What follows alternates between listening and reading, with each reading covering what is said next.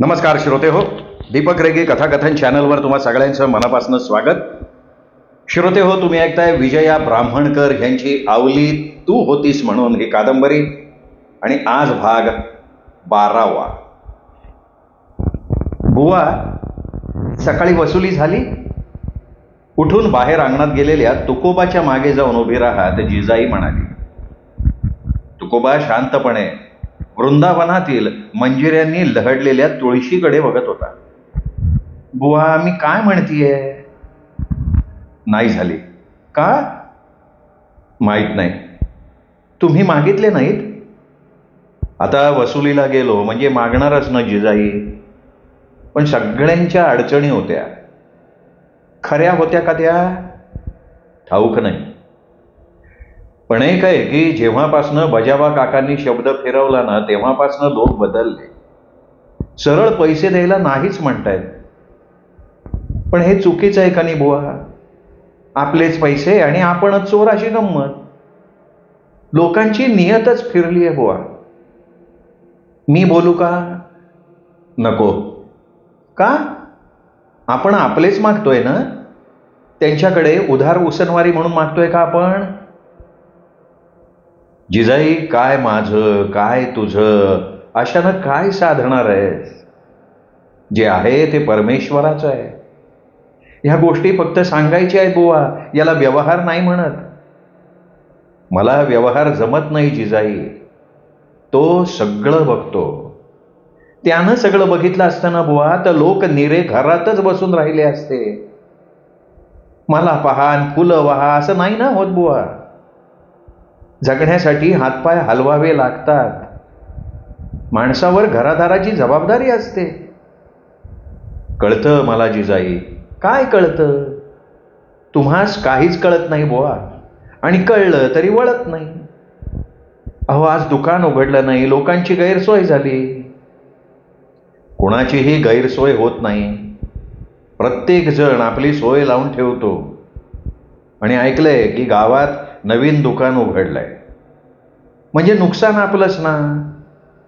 आपलं कसलं नुकसान? आपल्या दुकानाकडे फिरकेल कोण? बुवा, आज वसुली नाही झाली, कमीत कमी दुकान तर उघडायचं ना. त्या काळ्याच्या मंदिरात जाऊन बसलात का तुम्ही बुवा? मला तिथे मनशांती मिळते. संसाराच्या व्यापानी मन कावलं माझं. लोक आपलेच पैसे देत नाहीत, वरून कागद दाखवा म्हणतात. मी तुम्हाला सांगत होते ना बुवा, व्यवहार तोंडी नको, व्यवहाराचा कागद करा. मामाजी नाही का करायचे? मी माणसापेक्षा त्याच्यातल्या माणुसकीवर विश्वास ठेवला. आता झाला का नाही विश्वासघात? जमाना बदललाय बुवा आता. जिजाई, अगं पण माणसाच्या शब्दाला काही किंमत आहे का नाही? अगं, त्यांच्या शब्दाखातर त्यांच्या अडचणी समजून त्यांना मदत केली. दुकानात सुद्धा गिऱ्हाईकांच्या अडचणी समजून मी त्यांना उधार देतो. उधारी करून करून दुकान बसायची वेळ आली बुवा. हे बघा, आता जे झालं ते झालं बुवा. झालं गेलं, गंगेला मिळालं. पुन्हा नव्यानं दुकान सुरू करूया. आता उधारी बंद, नगद सुरू, असंच म्हणा गिऱ्हाईकांना. मला बोलणंच जमत नाही ना जिजाई. बुवा, असे हातपाय नका न गाळू. हे जमत नाही, ते जमत नाही असं म्हटल्यानं होईल कसं? आपले पिढीजात व्यवहार धंदा आपल्याला जमत नाही म्हटल्यावर मामाजींच्या मनाला किती यातना होतील याचा विचार केलाय का बुवा? जिजाई तुकोबाला परोपरीनं समजावून सांगायचा प्रयत्न करत होती, पण तुकोबावर परिणाम होत नव्हता. तुकोबा डोळे मिटून फक्त विठ्ठल विठ्ठल म्हणायला लागला. बुवा, तुकोबाला हलवत जिजाई म्हणाली. तुकोबा विठ्ठल नामात तल्लीन झाला. व्यवहाराशी त्याला काही देणं घेणं नव्हतं. आत्ता ह्या क्षणी घरदार, नाती गोती ह्या साऱ्यांचा त्याला विसर पडला होता. तो नातं जोडू पाहत होता विठ्ठलाशी. सर्व प्रश्नांचं एकच उत्तर होतं, विठ्ठल. विठ्ठलाच्या पायी लीन होणं, त्याच्या नामाचा जप करणं, सारी सुख दुःख त्याच्या चरणी अर्पण करणं. तुझं तुला अर्पण. कारण सुख समाधानही तोच देतो आणि दुःखाचं दानही तोच पदरात टाकतो. सुखा समाधानानं माणूस हरखून जातो, दुःखानं पिचून जातो. दोन्हीचा स्वीकार तो समभावानं करतच नाही. आणि हेच मानवी मनाच्या असमाधानतेचं, दुःखी होण्याचं कारण आहे. सुख, दुःख, समाधान, असमाधान, माझं, तुझं, आपलं, तुपलं, ह्या पलीकडे बघायची दृष्टी तुकोबाला लाभली होती. सर्वात श्रेष्ठ तुकोबाला वाटत होती ती विठ्ठलाची भक्ती. आणि म्हणूनच आता ह्या क्षणी तुकोबा विठ्ठल नामात दंग होता. मिटल्या डोळ्यासमोर सावळं परब्रह्म. तुकोबाच्या चेहऱ्यावर विठ्ठल भेटीचा एक अनामिक आनंद आणि आत्मज्ञानाची मनातल्या मनात उजळणी. जिजाई मात्र फुटाण्यासारखी तडतडत होती. विठुरायाला शिव्या घालत होती, त्याच्या नावानं बोटं मोडत होती. माझ्या बुवाला नादी लावलंस, तुझं कधी बरं होणार नाही असं म्हणत होती. विठुमाऊली तुकोबावर मायेची पाकर घालत उभी होती. जिजाईची कीव करत होती. आणि तरी सुद्धा विठुमाऊलीच्या मनात आलं की जिजाई, तुझं म्हणणं काहीही चुकीचं नाही आहे. तुझ्या भावना सामान्य माणसाच्या मनात येणाऱ्या भावना आहेत. पण खरं सांगू जिजाई, तू चुकीचं वागत नसलीस तरी माझा तुकोबाही चूक नाहीये ग, खरंच नाहीये. तुकोबा वेगळा आहे, त्याचं जगणं वेगळं आहे, त्याचा पिंडच वेगळा आहे. आणि खरं सांगू जिजाई, माझा तुकोबा सामान्य नाही. एक अलौकिक तत्व त्याच्यात वसलेलं आहे. स्वतःचं नाव, गाव, स्वतःचा वंश आणि वंशज यांना मोठं करणारं विलक्षण अलौकिक तत्व त्याच्यात सामावलेलं आहे. तुकोबा रात्री शांतपणे झोपी गेला. लहान मुलासारखा त्याचा चेहरा निरागस दिसत होता. जिजाई ते बघून मनातल्या मनात चडफडत होती. माझ्या मनात प्रश्नांचा वणवा पेटलेला असताना हा माणूस शांत कसा, ती स्वतःलाच प्रश्न विचारत होती. त्या रात्री तिला शांत झोप आलीच नाही.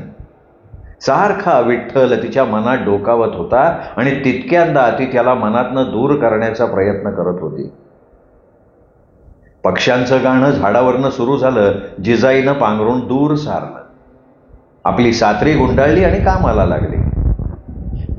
4 दिवसात वासुदेवाची फेरी झाली नव्हती. का बरं नसेल आला तो? बरं नाही का काय त्यास? जिजाई अंगणात सडा टाकता टाकता विचार करत होती. दिंडी दरवाज्यातनं तिला गोकर्णा मावशी दिसली. मावशी, वासुदेव आला नाही ना इतक्यात? नाही व बाई, नाही दिसला. पण मला वाटते मंदिरात बसन असन विठूच्या. खरंच? कोण म्हणे? अगं माही सून सांगत होती. म्हणजे त्या काळ्यानं वासुदेवावर सुद्धा जादू केली म्हणायची. हा काय चकवा आहे का काय, साऱ्याच भुलवतो? कोण ग बाई चकवा? तो काळे. आणि हातातल्या गाडग्यानं जिजाई सडा शिंपडायला लागली. मनात शिव्यांचा सडा. रावळातील विठोबाची मूर्ती भक्त करत असलेल्या काकड आरतीनं उजळून निघाली होती. ओठावरती हास्य, कटेवरती हात, पितांबर नेसलेला, गळ्यात तुळशीच्या माळा, फुलांचे हार, धूपाचा सुगंध आणि आरतीच्या तबकातल्या निरांजनाचा प्रकाश. समयी मंदपणे तेवत स्निग्ध प्रकाशानं गाभारा उजळत होती. टाळ आणि टाळ्यांच्या गजरात आरती सुरू होती. युगे 28 विटेवर उभा राहून विठू भक्तांना न्याहाळत होता. भक्त खूप होते.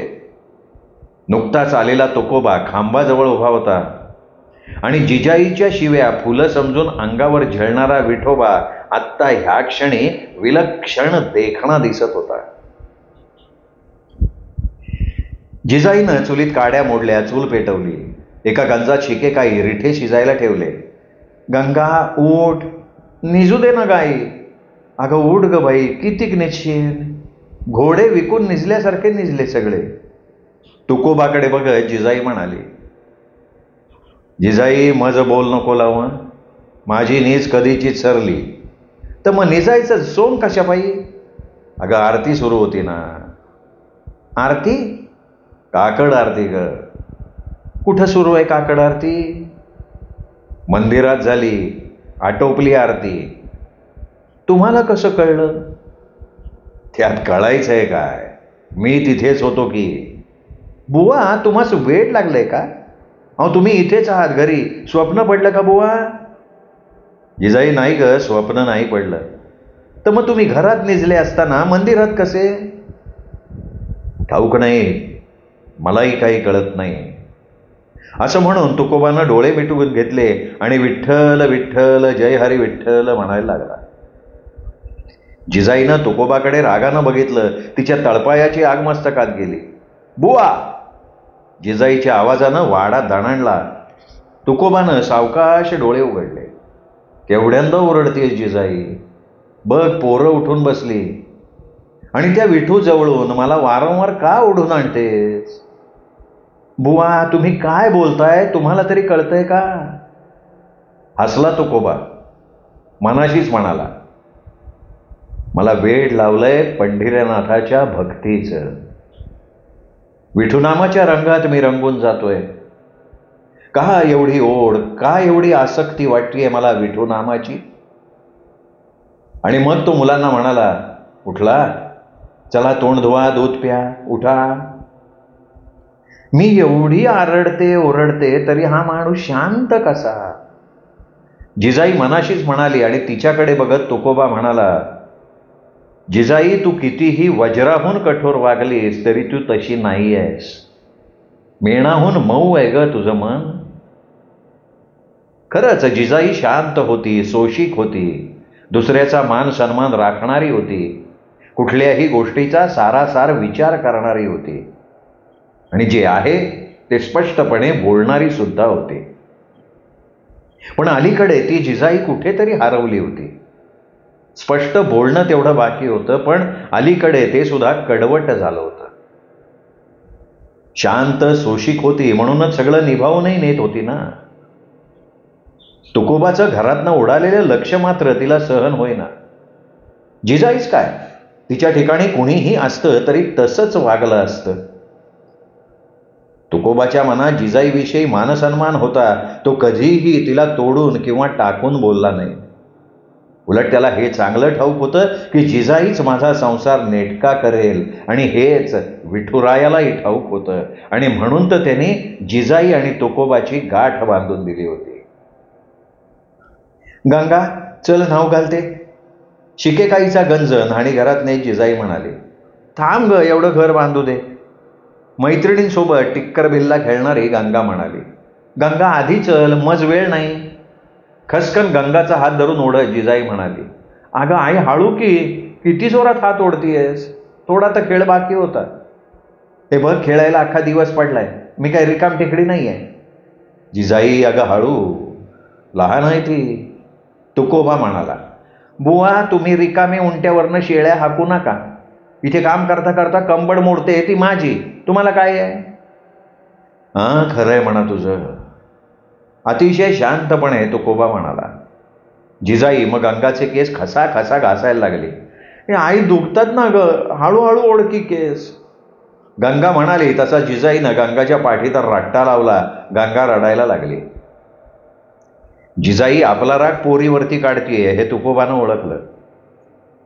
आपल्यामुळे जिजाईला त्रास होतो हे तुकोबाला ठाऊक होतं. तो मनात म्हणत होता, मी तरी काय करू, संसारात नाही मन रमत माझं. व्यवहार करणं आणि व्यवहारीपणा मला नाही जमत. सारखं मन विठ्ठलाकडे धाव घेतं. तुकोबानं मनातल्या विचारांना आवर घातला.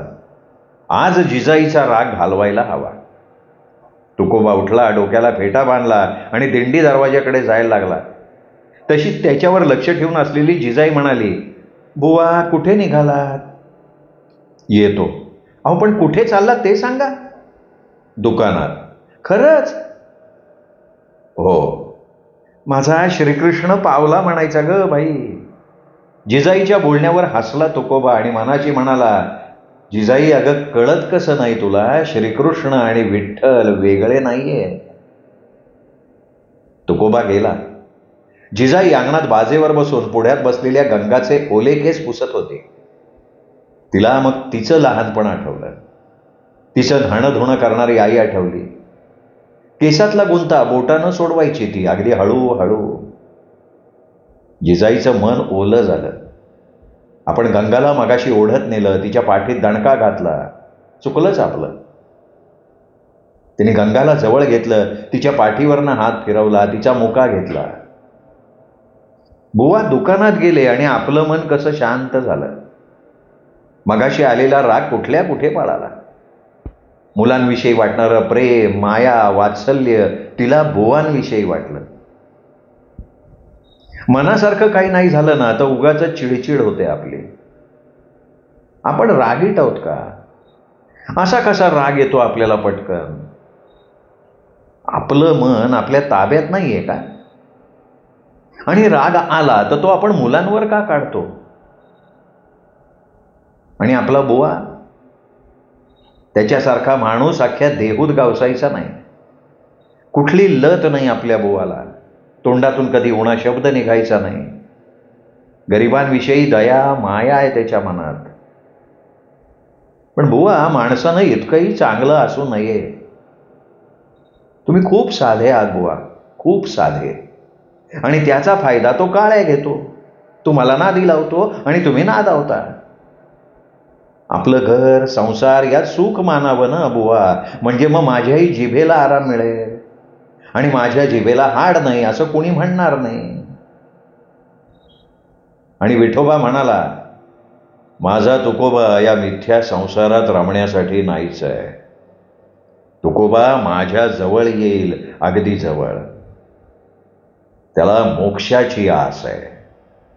आणि ज्याला मोक्षाची आस आहे तो ह्या मोहाच्या चिखलात फसेलच कसा? आणि तू तसा प्रयत्नही केलास ना जिजाई, तर मी तुझ्या मनाप्रमाणे घडू देणार नाही. ते घडणारच नाही. कारण जे विधिलिखित आहे तेच होणार.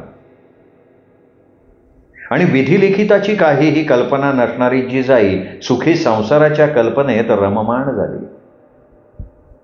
विटेवरचा विठुराया हसला आणि म्हणाला, जिजाई तू खूप भोळी आहे सगळं. छोट्या छोट्या गोष्टीनं सुखावतेस आणि छोट्या छोट्या गोष्टींनी दुखावतेस सुद्धा. आणि जिजाई तुकोबाच्या संसाराचा खेळ विठोबा बघत राहिला. खेळ बघण्यात रंगून गेला. बुवा आला दुकानातनं? हो आलो. हसत हसत तुकोबा म्हणाला, बुवा आज खुशीत दिसताय. हे घे. खिशातनं कलदार चांदीचं नाणं काढून ते जिजाईच्या ओंजळीत तुकोबानं ठेवलं. एवढे पैसे? अजून आहेत. बंडीच्या खिशात हात घालत तुकोबा म्हणाला, कित्येक दिवसात जिजाईनं एवढं कलदार नाणं पाहिलं नव्हतं. ओंजळीतलं ते कलदार नाणं बघून जिजाई हरकून गेली. आज खूप गिऱ्हाईक आलं होतं बुवा. हो ना, बघा मी म्हणत नव्हते लोक आपल्या दुकानाबिगर कुठेही जायचे नाहीत. ते लोक म्हणजे गिऱ्हाईक आपल्या गावातली नव्हती जिजाई. म्हणजे? अगं पालखी आली होती. कुठची? पंढरपुराहून. सगळे वारकरी. कपाळी बुक्का, हातात टाळ, गळ्यात तुळशीची माळ. जिजाई किती जण होते म्हणून सांगू? किती? आश्चर्यानं जिजाईनं विचारलं. असतील 200 टाळ. आणि चिपळ्या? शिवाय 100 पावलं तर नुसती नाचत होती. चिपळ्याही होत्या 100. 100 चिपळ्या, 200 टाळ, नाचणारे वेगळे. एवढी गर्दी माझ्या दुकानासमोर. जिन्सा देता देता थकून गेलो बघ. गर्दी पेलवे ना मला. मग मला बोलवायचं ना मदतीला. अगं कोणाच्या हाती निरोप धाडू? पण आता पंढरीत काय होतं म्हणायचं? कोण जाणे. पण आता काही आषाढी एकादशी नाही किंवा कार्तिकी नाही. बुवा त्यांना विचारलं नाही का हो कुठचे म्हणून? नाही लक्षात नाही राहिलं, पण पंढरपुराहून आले हे मात्र नक्की. तुम्ही पण ना बुवा नीट चौकशी नाही का करायची? अगं कुठले का असे ना, आपल्याला काय त्याचं? तेही खरंच आहे म्हणा. आंबे खायचे, गुठल्याशी काय देणं घेणं? हसत हसत जिजाई म्हणाली. जिजाई आनंदली होती. जिजाई खुश असली की सगळं घर खुश असायचं. बुवा वाढते तू मास. नको जिजाई, प्रसाद खाल्ला. कुणी दिला? वारकऱ्यांनी? हो, हा घे गोपाळ काला. एवढा? मी म्हटलं नको तर म्हणाले घेऊन जा लेकरा बाळांसाठी. असं म्हणून तुकोबानं पत्रावळीत आणलेला गोपाळ काला जिजाईच्या हवाली केला. अगं बाई बाई बाई, आज गोपाळ काल्यानं पोट भरून जाईल म्हणायचं. अगं गंगा, महाद्या, या इकडे, घ्या गोपाळ काला. काशीला कडेवर घेऊन गंगा आली. गंगाने आणि महाद्याने पोटभर काला खाल्ला, जिजाईनं खाल्ला, पण काला संपेच ना. जिजाईनं गंगाला धाडलं, गोकर्णा मावशीला बोलवून घेतलं. काय वजी जिजाबाई, मावशी काला घे. गोपाळ काला केला काय? नाही, मी नाही केला. मग पंढरपूरची पालखी आली होती. पंढरपूरची पालखी आता आलीमध्ये कशी? कोणच्या गावची? नाही, ते काही ठावं नाही. नवलच आहे बाप्पा. आणि गावात पालखी आली तर कोणाला कशी खबर जात नाही त्याची? बरं तुकोबा, कोणच्या रस्त्याने गेली म्हणायची पालखी? गोकर्णा मावशीनं विचारलं. मावशी, मी होतो दुकानावरण्यात आणि हे कलदार मोजून घेण्यात, पण पालखी उचलणारे कुठेतरी पाहिल्यासारखं वाटत होतं. कुठे ते? याद नाही येत मावशी. विपरीतच म्हणायचं. खोटं नाही सांगत मावशी, हा काला त्यांनीच दिला. हा, आता बाया ते बी खरंच आहे म्हणा. जिजाई कौतुकानं दोघांचं बोलणं ऐकत होते. गोकर्णा मावशीनं पोटभर काला खाल्ला, घरीही नेला. पत्रावळ काल्यानं भरून होते. ही द्रौपदीची थाळी का काय म्हणायची? जिजाई मनाशीच म्हणाली. जिजाई, काय बघतीयस? कसला विचार करतीयस? काय नाही बुवा, माझ्या गोपाळ कृष्णाची किमया बघतीये मी. पांडुरंग पांडुरंग. जिजाई, मी येतो जरा. कुठे चालला? मंदिराचं नाव घेतलं तर जिजाई चिडेल म्हणून तुकोबा काही बोलला नाही, फक्त म्हणाला, येतो मी. मंदिरात चाललात ना बुवा? हे काय मनकवडी आहे का काय? तुकोबाच्या मनात आलं. थांबा जरा. जिजाई म्हणाली, आत गेली. भाकर, भाजी, कांदा एका ताटात घेऊन आली.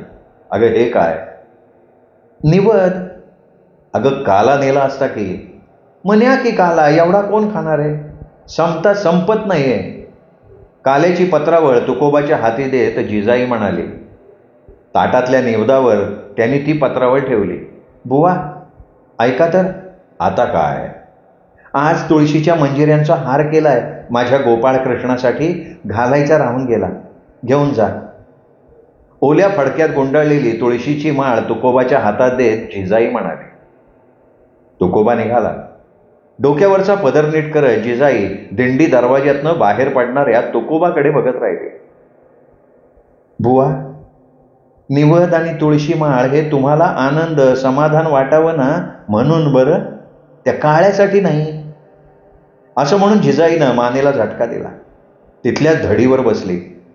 गंगा अंगणात नारायणला खेळवत होती. म्हादा तिच्या मागे मागे करत होता. आपण गंगा एवढ्या होतो तेव्हा आपल्या सोबतिणींसोबत खेळत होतो, केसात गजरा माळत होतो, भातुकली खेळायचो. आई खाऊ द्यायची, प्रेमानं जवळ घ्यायची. आपण गंगाला जास्त रागे भरतो का? सोबतिणींच्या संग खेळू देत नाही का? मुलांना त्यांचं बालपण नीटपणे उपभोगू देत नाही का? मुलांकडे बघून प्रेम दाटून आलं जिजाईच्या मनात आणि तिने आवाज दिला, बाई गंगा, ये गमा. गंगानं आईकडं बघितलं. नारायणला घेऊन ती आईजवळ आली. गंगाला जवळ घेतलं. मग नारायणला कडेवर घेऊन म्हणाली, गंगा जा खेळ. बाहेर जाऊ? सोबतिणींच्याकडे? आश्चर्याने गंगाने विचारलं. अगं जा बाय. गंगा बाहेर पळाली. तिच्या मागे म्हादाई गेला. जिजाई धडीवर बसून नारायणला लाडवत होती. आज जिजाईला खरी अस्सल जिजाई सापडली होती. आज जिजाई खुश होती. जिजाईचं समाधानी आणि सुंदर मन विठुराया बघत होता, कारण त्याला ठाऊक होतं खरी जिजाई ही आहे. आणि जिजाईच्या मनात आलं, आपण आपल्या आचारानं विचारानं आपलीच उंची कमी करून टाकली होती. आज मात्र आपली उंची अंगुलीभर वाढल्यासारखी वाटते आहे. आणि जिजाईनं नारायणचा मुका घेतला. मृगाचा पहिला पाऊस येऊन गेल्यासारखं वाटलं जिजाईला. कुठेतरी निखारे सुलगतायत याची कल्पना फक्त विठुरायाला होती. तुकोबा मंदिरात पोहोचला. हातातला निवद आणि काल्याची पत्रावळ त्याने विठुरायासमोर ठेवली. तुळसमाळ विठूच्या गळ्यात घातली. भक्तिभावानं हात जोडले. डोळे उघडले. विठुराया स्नेहार्द्र नजरेनं तुकोबाला न्याहाळत होता. इकडे जिजाई काशीला न्याहाळत होती. तेच भाव विठ्ठलाच्या नजरेत दाटले होते. तुकोबानं विठ्ठलाकडे बघितलं. अरे अरे हा चेहरा आज आपल्याला भेटला होता, पण कुठे? आणि पालखी उचलणारे ते दोघे तुकोबाच्या नजरेसमोर उभे राहिले आणि तुकोबाला गहिवरूनच आलं. विठुराया, अरे किती करशील रे माझ्यासाठी? आज तू तुझीच पालखी घेऊन माझ्या दुकानी आलास. किती जिन्सा खरेदी केल्यास. अरे जिन्सा काय, माझं सगळं दुकान रिकामं केलंस. सगळं तुझंच आहे रे. तसंही माझं काय आहे? पांडुरंगा, सार तुझंच. आणि आता तो मी नव्हे असं म्हणू नकोस. विठुराया, मी बरोबर ओळखलंय, बरोबर. कसं सांगू रे? तू जेव्हा चांदीचे कलदार माझ्या ओंजळीत ठेवलेस ना, तेव्हा जे कडं तुझ्या हातात होतं ते कडं आत्ता सुद्धा तुझ्या हातात आहे. अरे लोकांचं चित्त चोरणारा पंढरीनाथ ना तू, पण तुझी चोरी मी पकडली आहे बरं का. नाही नाही नाही, हसू नकोस माऊली, हसू नकोस. या लेकराच्या पाठीशी तू आहेस याची खात्री आहे मला, आणि म्हणूनच व्यर्थ चिंतेचा भार मी नाही वाहत. बरं निवत खा, जिजाईनं पाठवलाय. आणि हा गोपाळ काला, घे रे, तुझं तुला अर्पण. तुकोबाचा विठ्ठलाशी असा संवाद सुरू होता. तुकोबाने मग डोळे मिटून घेतले. तुकोबाच्या अंतःकरणात विठ्ठल नामाची दिवासळी उजळलेली होती. श्रोते हो, हा होता 12वा भाग. 13वा भाग उद्या. तोपर्यंत विठ्ठल विठ्ठल विठ्ठल विठ्ठल विठ्ठल विठ्ठल विठ्ठल विठ्ठल विठ्ठल विठ्ठल.